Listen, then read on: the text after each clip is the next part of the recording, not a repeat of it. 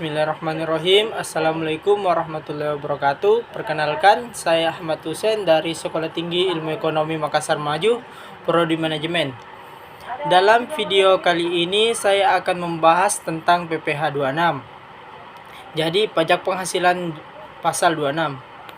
PPh di Indonesia adalah pajak yang dikenakan atas penghasilan yang diperoleh wajib pajak luar negeri atau WPLN dari sumber penghasilan di Indonesia.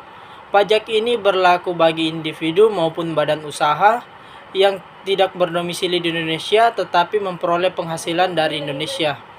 Berikut ini adalah beberapa poin penting terkait PPh 26. Yang pertama ada objek PPh 26. Jadi, objek PPh 26 meliputi berbagai jenis penghasilan yang diterima atau diperoleh WPLN dari Indonesia, termasuk dividen, yakni pembagian laba kepada pemegang saham. Selanjutnya ada bunga penghasilan yang diperoleh dari pinjaman atau investasi. Yang ketiga ada royalti, pembayaran atas penggunaan hak cipta, paten, merek dagang, dan lain-lain. Yang keempat ada penghasilan dari penyewaan properti atau barang bergerak. Yang kelima ada jasa, penghasilan dari penyediaan barang jenis jasa di Indonesia. Yang keenam ada hadiah dan penghargaan, termaksud hadiah dari undian, pekerjaan, kegiatan, dan penghargaan. Selanjutnya ada tarif PPh 26. Jadi tarif PPh 26 secara umum adalah 20% dari jumlah bruto penghasilan yang diterima atau diperoleh WPLN, kecuali ditentukan lain oleh Perjanjian Penghindaran Pajak Berganda atau P3B antara Indonesia dengan negara asal WPLN yang bersangkutan. Selanjutnya ada mekanisme pemotongan. PPh 26 dipotong oleh pihak yang membayar penghasilan atau pemotongan pajak kepada WPLN. Misalnya perusahaan di Indonesia yang membayar royalti kepada perusahaan asing harus memotong PPh 26 sebesar 20% dari royalti tersebut. Selanjutnya ada P3B, yakni Perjanjian Penghindaran Pajak Berganda. Indonesia memiliki perjanjian dengan banyak negara untuk menghindari pajak berganda. P3B ini dapat mengurangi tarif PPh yang lebih rendah daripada tarif PPh 20%.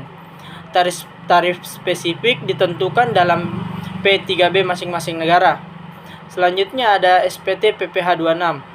Jadi pemotongan pajak harus menyampaikan surat pemberitahuan atau SPT masa PPh 26 yang mencakup daftar penghasilan yang telah dipotong dan disetor ke kas negara.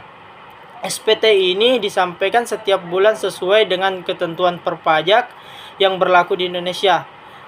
Contoh kasusnya misalnya ada sebuah perusahaan di Indonesia yang membayar royalti sebesar 100 juta kepada perusahaan asing yang berdomisili di negara yang tidak memiliki P3B dengan Indonesia. Perusahaan Indonesia wajib memotong PPh 26 sebesar 20% dari 100 juta menjadi 20 juta dan menyetorkannya ke kas negara.